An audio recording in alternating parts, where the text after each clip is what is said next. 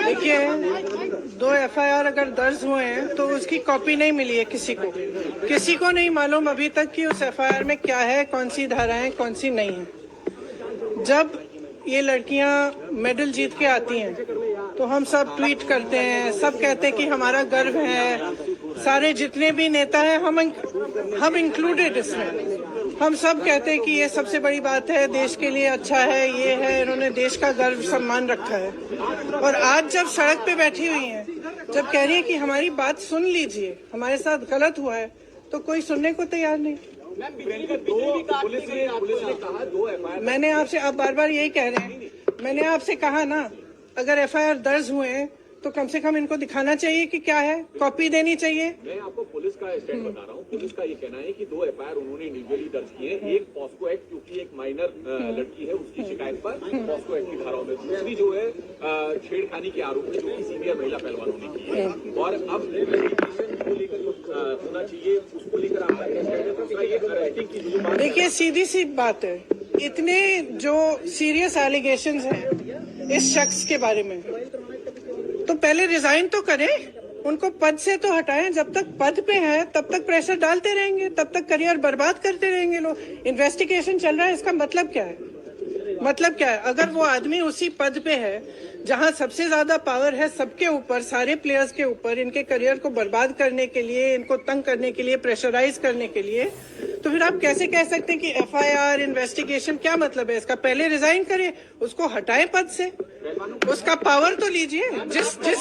जिस पावर, जिस सत्ता ने उसको इनेबल किया है कि वो ये सब करें, पर पहले वो तो हटाइए। पहलवानों का ये भी कहना है कि रूलिंग पार्टी के सिटिंग एमपी हैं और इस वजह से भी कार्रवाई में देरी हो रही है। आप देखिए, जो मैं सुन रही हूँ, जो मुझे बताया गया है, और मैं पूरी तरह से बिलीव करती हूँ, क्योंकि ये लड़कियां जो हैं इतनी मेहनत करती हैं, इतनी ट्रेनिंग के लिए, इतने शोषण इनको देखने पड़ते हैं, इतना करना पड़ता है एज इट इज, अपनी फैमिलीज के लिए, परिवार के लिए, देश के लिए, प्रदेश के लिए इतना कर रही हैं, तो कुछ कह रही हैं कि इनके साथ, और एक नहीं कह रही है, बहुत सारी ऐसी लड़कियां हैं जिनके साथ ये सब हुआ है।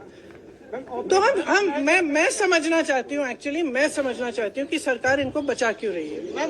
खेल मंत्री कैसे देखती हैं आप? क्योंकि खेल मंत्री लगातार कह रहे हैं हम बातचीत कर रहे थे, एफआईआर कभी भी हो सकती है, हमने कई राउंड की बातचीत करी। खेल मंत्री और खेल मंत्रालय के रोल को कैसे देखती हैं आप? उन्हें पहले करना चाहिए था। और दूसरा, ये मंत्री के लिए क्या कहेंगे जो इन खिलाड़ियों से अपने घर पर तो मिलते, लेकिन एक हफ्ते से ये लोग धरने पर बैठे हैं, प्रधानमंत्री को लेकर के आपकी क्या उम्मीद है और उस पर आप क्या कहेंगे? प्रधानमंत्री से मेरी कोई उम्मीद नहीं है। मैम सामने कैमरे की क्योंकि अगर प्रधानमंत्री जी को इतनी भी परवाह होती तो कम से कम बात तो करते, बुला तो लेते। फिर से जब आपने मेडल लेके आए तो आपने बुलाया ना, घर चाय पिलाई, तो बुलाइए, बात करिए। बच्चियां हैं, बच्चियां, हम सबकी बच्चियां हैं। और मतलब क्या कह रही, ये कह रही है ना कि हमारी मूड है, 2024 का इलेक्शन है, कुछ चीजों पे उनका प्रभाव हो सकता है। तो अब भगवान जाने, मैं आपसे पूछ रही हूँ कि भाई इस आदमी को बचाने के लिए इतना सारा क्यों किया जा रहा है, जब इतनी सारी लड़कियां जिन्होंने देश के लिए इतना किया है, अपने परिवारों के लिए किया है, प्रदेश के लिए किया है, देश के लिए किया है, और इतना मतलब पर्सनल संघर्ष है इनका, आप देख सकते हैं। इन्होंने इतना किया है और आप उसको बचा रहे हैं। भाई इनको बचाओ ना। हमारे देश के बारे में ये क्या कहता है अगर हम अपने बच्चियों को नहीं बचा सकते? क्लैरिटी आई है, उन्होंने कहा है कि जब पहली दफा इन लोगों ने प्रोटेस्ट किया था तब एडॉक कमेटी बनाई थी, ओवरसाइट कमेटी बनाई। देखिए, आप भी जानते हैं, हम भी जानते हैं कि कमेटियां क्या होती हैं। बात टालने का काम होता है कमेटियां। हम कमेटी बना रहे हैं, आप कमेटी के साथ बात कर लो आपका, और फिर बात खत्म। यही चाहती है ना सरकार। क्यों? चाहे आप उत्तर प्रदेश के एक गांव में देखिए, चाहे कहीं पे भी देखिए, जब महिला का शोषण होता है तो सरकार मौन हो जाती है, चुप हो जाती है। उस बेचारी महिला को हर जगह जाकर एफआईआर दर्ज नहीं होता, एफआईआर दर्ज होता है तो उसकी कॉपी नहीं मिलती। ये कोई नई कहानी नहीं है, लेकिन इन लड़कियों में इतना दम है, इतना आत्मविश्वास है और इतनी करेज है, ब्रेवरी है कि ये लोग खड़े हैं। और कह रहे हैं कि हम ये होने नहीं देंगे। तो पूरा देश, मैं आपको बता सकती हूँ कि प्रधानमंत्री जी पहचाने नहीं पहचाने, इनके मंत्री पहचाने नहीं पहचाने, इनकी सरकार पहचाने नहीं पहचाने, पूरा देश इनके साथ है, पूरा देश। और सिर्फ ये सरकार उस आदमी को बचाना चाहती है। सबसे पहले उस आदमी को उस पद से हटाइए, सबसे पहले। पुलिस ने कोर्ट में कहा कि इस मामले में कई लूपहोल हैं और राजनीति भी है। ये तो सब देखिए, जैसे ही महिला खड़ी होती है सारे लूपहोल निकल जाते हैं, तमाम ऐसी अफवाहें फैलाई जाती हैं, उस महिला को भी के बारे में भी उल्टी सीधी चीजें कही जाती है, हमेशा आपने देखा है।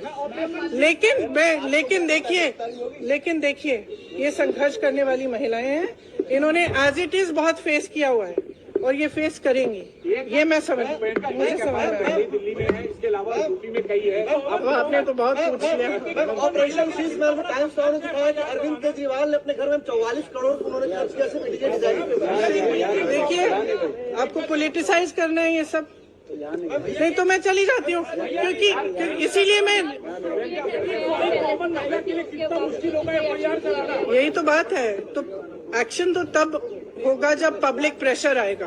फ्रैंकली आज ये स्थिति है कि पब्लिक इनके साथ है, पब्लिक प्रेशर डाले। मैं इस देश की हर एक महिला को, हर एक लड़की को कहना चाहती हूँ, ये लड़कियां अकेली खड़ी हैं यहाँ, आप इनके साथ खड़े हो और इनकी आवाज को आप बुलंद करो, क्योंकि जब तक आप खड़ी नहीं होंगी तब तक कोई एक्शन नहीं होगा। इस मामले को निपटने की कोशिश होगी, उसके बाद कुछ नहीं होगा। तो